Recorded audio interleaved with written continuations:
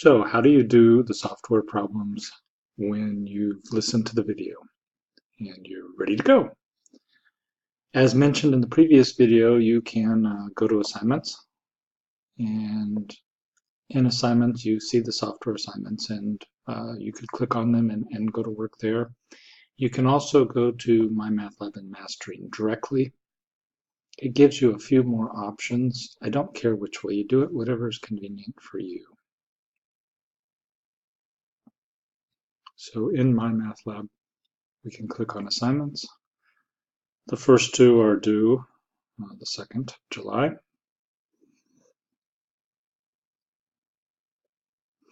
And we could click on question 1.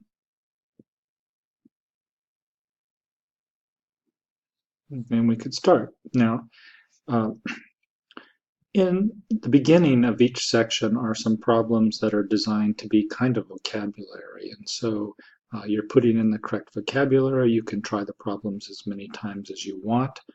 If you miss them and then do them again, you can get credit for them up until the due date. Once the due date happens, that's it. There's no more fixing it ever for a grade. So be aware of the due date, but until the due date, you can repeatedly do the questions over and over again. Sometimes this question help has things that are useful. Here it's just textbook, and that isn't extremely useful to most people. And so let's back up a little bit. And let's try a different problem. Let's go down to the very end and look at the very, very last question. You want to do the questions in order, of course, but I have a reason for this. And so the last question says, insert one of these three signs to make a true statement. Well, the absolute value of a number is its distance from 0, and these two have the same distance from 0. This one's to the right of 0, this one's to the left of 0. And so their distances are the same. It's both positive 7. They're 7 units away from 0. So equal is the thing to put in there. But let's say we needed help. You can do help me solve this, in which case it will do this problem for you. Then to get credit, you'll have to do another one like it. You can do view an example. Sometimes there's a little video. This particular one doesn't have a video, but you can view an example. You can go to the textbook and read around. It'll take you in the textbook to where this kind of problem is.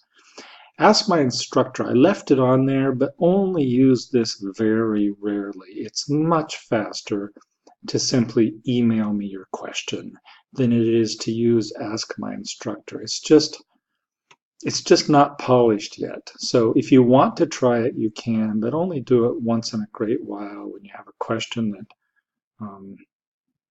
is bugging you and you want me to look at it. But email's faster than this. You can print the problems, or you can try Skill Builder. Again, you can do these over and over and over and over again. Now, a very important thing is up here. This 1.4.89 tells you that it's in Chapter 1, Section 4, Problem 89. And that's a very important little detail to remember. So you can start the software problems, you can work on them, you should get 100% on them because you can do them over and over again until you have them right. You can get all the help you want, you can even have it solve problems for you.